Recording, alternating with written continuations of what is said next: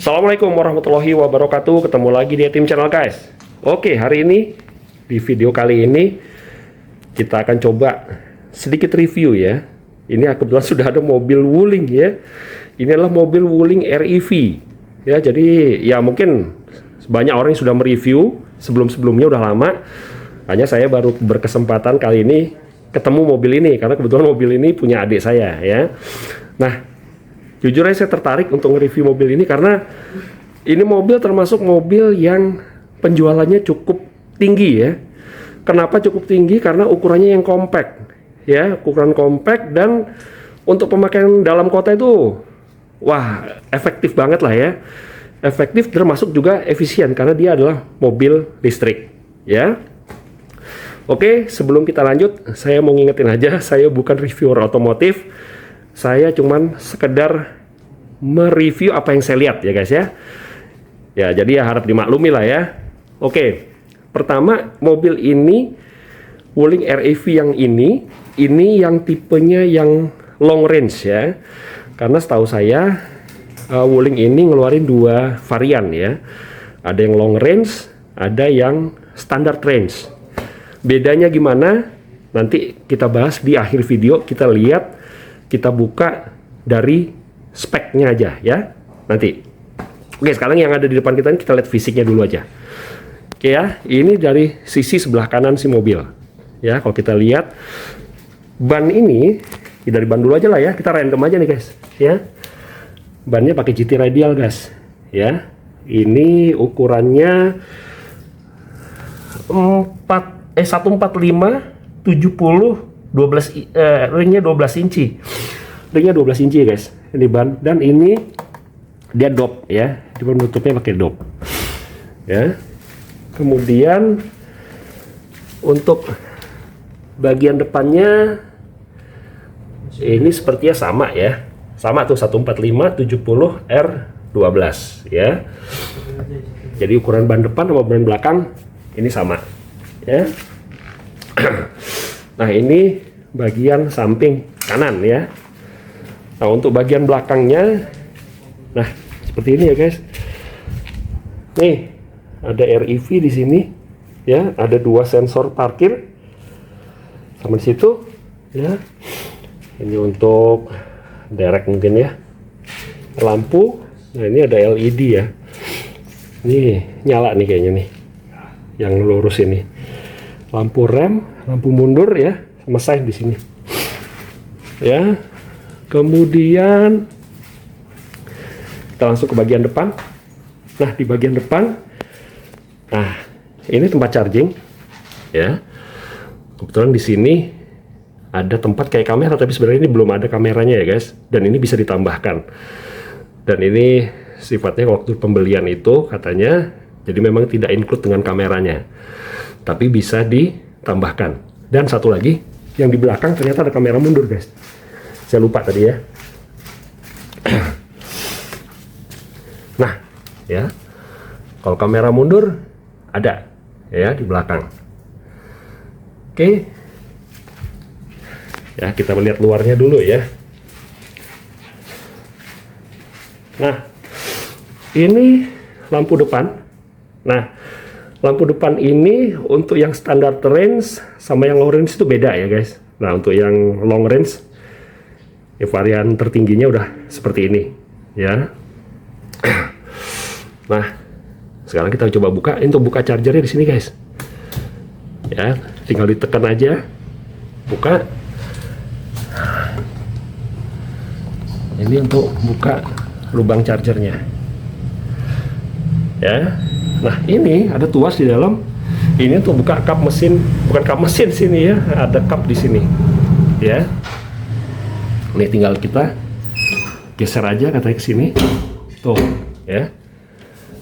Nah, tekan 2 kali dia akan buka, ya.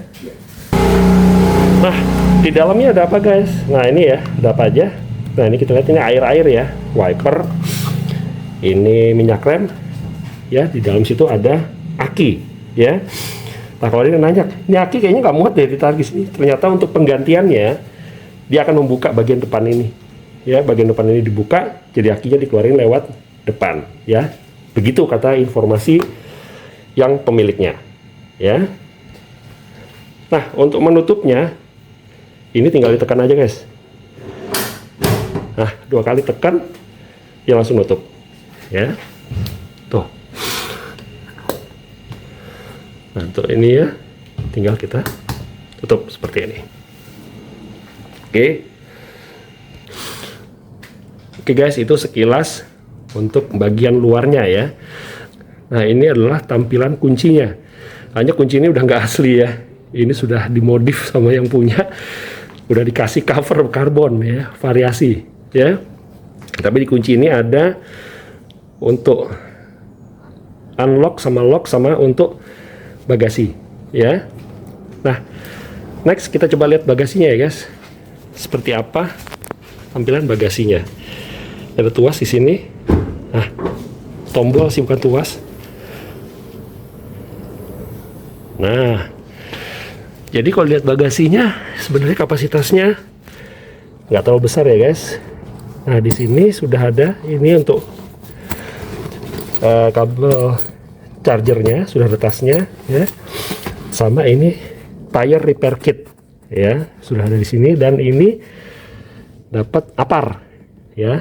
Nah, standar keamanannya udah oke. Nah, untuk ngelipat bangku belakang ini ya, tali ini tinggal ditarik aja ya, tuh ya. Seperti itu melipatnya ya. Nah, kalau dilipat semua jadi seperti ini. Nah, kuncinya itu di sini dia ya. Ya, kalau kita tarik lagi,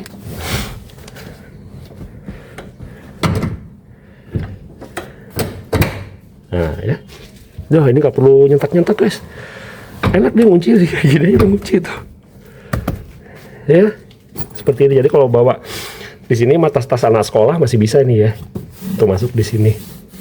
Dan ini memang ketinggiannya agak tinggi ya.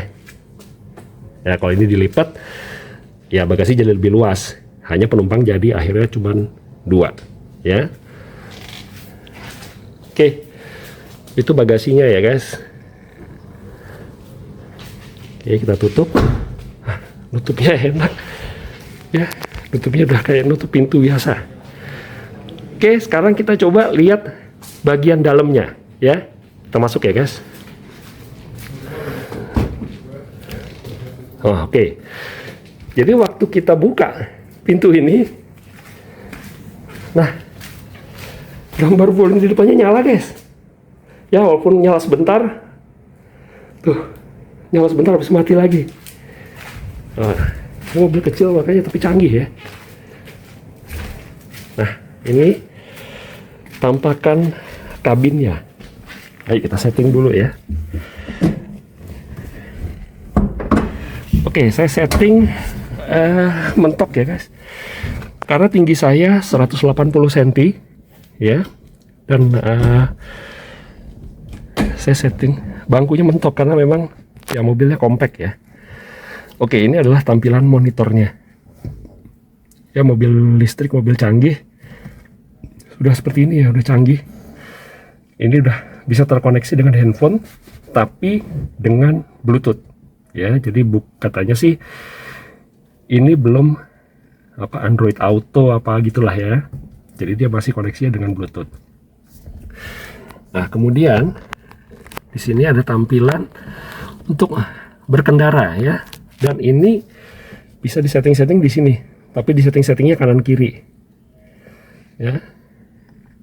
Tuh ya. Jadi kalau kita pencet kiri nih, tekan kiri, ini tampilan sebelah kirinya dia menggeser ya. Ya, ini ada ini regeneratifnya katanya nih tadi ya, untuk menu regeneratif braking. Infonya seperti ini. Nah, ini tripnya itu kecepatan motor ya, motor speed. Kalau di mobil biasa RPM lah gitu ya, putaran mesin. Ini putaran motor ya. Nah, ini itu dia regenerative braking katanya. Strong atau power apa gimana gitu ya, saya nggak terlalu paham juga ya, malu lah saya orang awam ya guys ya. Di sini juga ada indikator Kalau pintu yang terbuka itu sebelah kanan, dia akan nyala yang sebelah kanan ya. Nah, itu ada kecepatan, indikator baterai ini ya, sama ini persneling ya, persneling gitu. Nah ini ini odo sama range ya, jarak tempuh ya. Ini tampilan di kemudinya.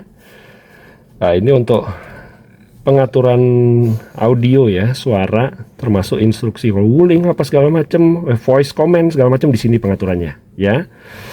Telepon segala macam di sini. Menu bisa atur di sini. Dan ini juga touchscreen ya. Jadi tuh ya, touchscreen ya. Menu touchscreen dan layarnya juga cukup gede ya, cukup besar.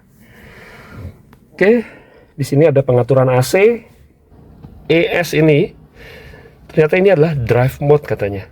Jadi Eco atau Sport ya. Jadi kalau Eco katanya pembatasan kecepatan ya, pembatasan kecepatan maksimum di 90 km per jam kalau nggak salah saya ya. Kemudian kalau yang Sport itu katanya ada normal, ada Sport. Nah, normal sama Sport itu katanya kecepatan maksimumnya sama, hanya akselerasinya yang dibedakan ya. Jadi seperti itu guys ya, perbedaan drive mode-nya. Ini ada lubang AC, ada 2 di tengah, 1 di kiri, 1 lagi di kanan. Ini pengaturan ketinggian lampu bisa disetting. Ini untuk pengaturan spion ya. Jadi spion elektrik. Masih setir? Ini setir bisa diatur, hanya naik turun ya. Jadi istilah orang itu tilt ya. Tilt, jadi bukan teleskopik ya, jadi naik turun ya. Nah, naik turun. Kalau teleskopiknya belum ya. Oke, kemudian di bagian tengah ini ada persneling ya.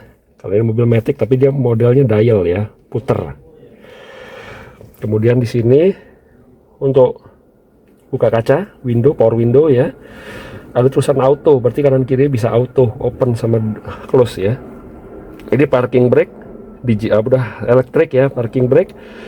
Ini ada brake hold lah, kayaknya apa? Hill assist lah gitu lah, semacam gitu ya. Ini bagian tengah, dan ini ada tempat penyimpanan ya.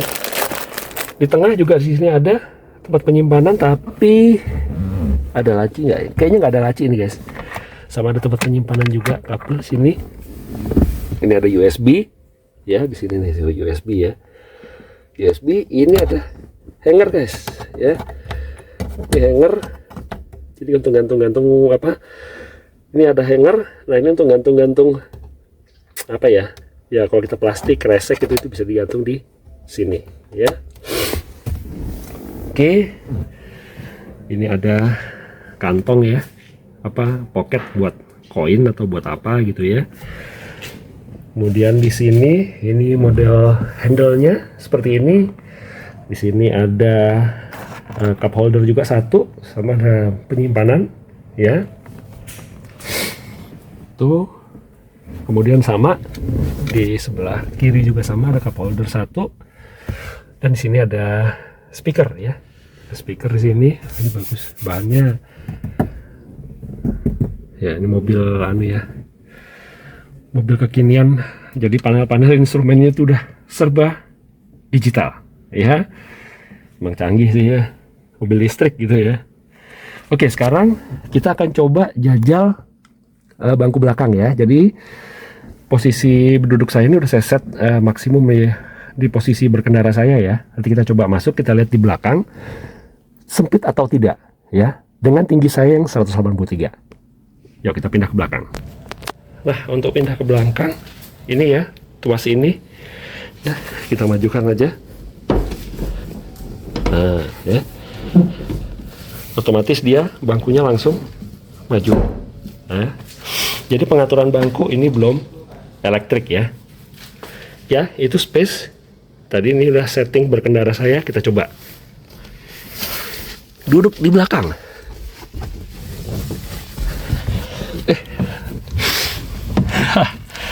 Ternyata muat guys ya, tinggi saya 183 tadi. Ini udah settingan paling mundur ya, bangku depan. Untuk sandarannya udah sesuai dengan saya. ternyata masih ada dikit nih dengkul saya. Ini kalau menurut saya sih cukup masih bisa ya duduk di belakang ini ya. Dan walaupun memang ini apa ya, pahanya agak naik, tapi kalau menurut saya sih masih oke ya. Karena kalau kita agak-agak bersila begini nih, kita lipat gini masih enak sih ya. Wah, menakjubkan sekali ya. Di luar kayaknya kecil, tapi ternyata bisa didudukin di belakang ya. Apalagi kalau yang duduk belakang nih anak kecil ya, pasti ya masuk nyaman dah ya. Nah, sabuk pengaman juga tersedia ya di belakang, kanan kiri, termasuk sama yang di depan ya. Di sini juga ada kantong ya, kanan kiri ada kantongnya. Oke guys, tadi setelah kita ke belakang, kita balik depan lagi sedikit ya. Ada yang sedikit tertinggal tadi untuk sunscreen lah ya, istilahnya ini pelindung matahari ya. Jadi kalau di pelindung matahari ini udah ada cerminnya di sini ya, tapi tidak ada lampu ya. Nah, di sini juga ada keterangan bahwa sini udah ada airbag ya. Ya, jadi airbagnya kayaknya ada dua nih, sini sama situ. Oh ya, ada dua nih airbagnya ya. Ini untuk pelindung cahaya di depan ya, sama pelindung cahaya di bagian supir juga sama ya, sudah ada kacanya walaupun memang belum ada lampunya ya. Tuh, seperti itu ya. Nah, untuk hazard, ini menarik nih, hazardnya di atas guys ya. Tuh ya, kalau ditekan tuh di atas dia ya. Ini hazardnya di atas. Nah, untuk lampu ini cukup geser kanan atau geser kiri ya. Nah, ini seperti itu. Dan kemudian tadi ada salah satu info juga yang menarik yang diinformasikan oleh yang pemiliknya. Jadi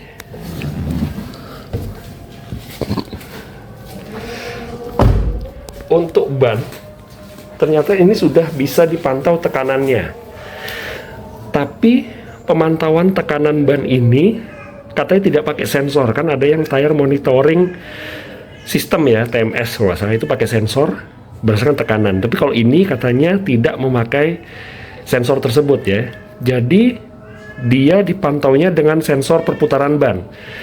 Jadi kalau misalkan ban ini kempes ya sebelah kiri, otomatis dia agak lebih pelan muternya dari yang sebelah kanannya. Nah, dari situ sensornya itu yang akan mendetek bahwa ada yang keabnormalan di ban sebelah kiri, sehingga nanti muncul notifikasi untuk cek tire pressure. Jadi kurang lebih seperti itu tadi kata infonya untuk pemantauan tekanan ban ya. Oke guys, jadi ini adalah perbedaan antara Wuling yang standard range sama yang long range ya. Nah, ini kalau bisa dilihat dari sini, dari rem di sini ya, remnya ini udah berbeda ya. Jadi kalau standar itu depannya disc, belakangnya tromol. Kalau yang long range depan belakangnya pakai disc ya. Kemudian yang berikutnya baterai kapasitinya juga beda ya, bisa dilihat di sini perbedaannya. Karena kapasitas baterai beda, jaraknya sama pengecasannya juga akhirnya berbeda ya. Nah, eksterior ini juga ada perbedaan ya. Di sini bisa dilihat perbedaan-perbedaannya. Nah, ini semua ada di brosurnya ya. Nah, seperti ini ya guys. Tuh, nih. Ya, saya nggak akan bahas secara detail ya, tapi bisa dilihat di sini perbedaan, aspek-aspek perbedaannya. Oke, itu aja perbedaan dari sisi spek. Oke guys, jadi itu aja video singkat, mungkin nggak singkat banget juga, lumayan panjang lah ya, untuk review dari saya ya, review orang awam lah ya, untuk mobil Wuling REV yang variannya yang long range ya. Nah, mungkin dari yang sudah saya sampaikan ada beberapa yang kurang pas atau kurang tepat, atau ada yang kurang juga, rekan-rekan boleh tambahin di kolom komentar. Oke? Sebelum saya akhiri, saya juga mohon maaf suara saya agak bindeng karena kebetulan posisi tenggorokan lagi agak kurang enak ya. Ya, tapi ya yang penting masih terdengar lah suaranya ya. Oke guys, itu aja video kita kali ini. Jangan lupa untuk subscribe Hertim Channel, like, komen, dan share video-video kami. Sampai ketemu di video selanjutnya. Thank you for watching ya guys. Assalamualaikum warahmatullahi wabarakatuh. See you guys. Terima kasih ya adik saya yang sudah ngizinin untuk review mobilnya. See ya.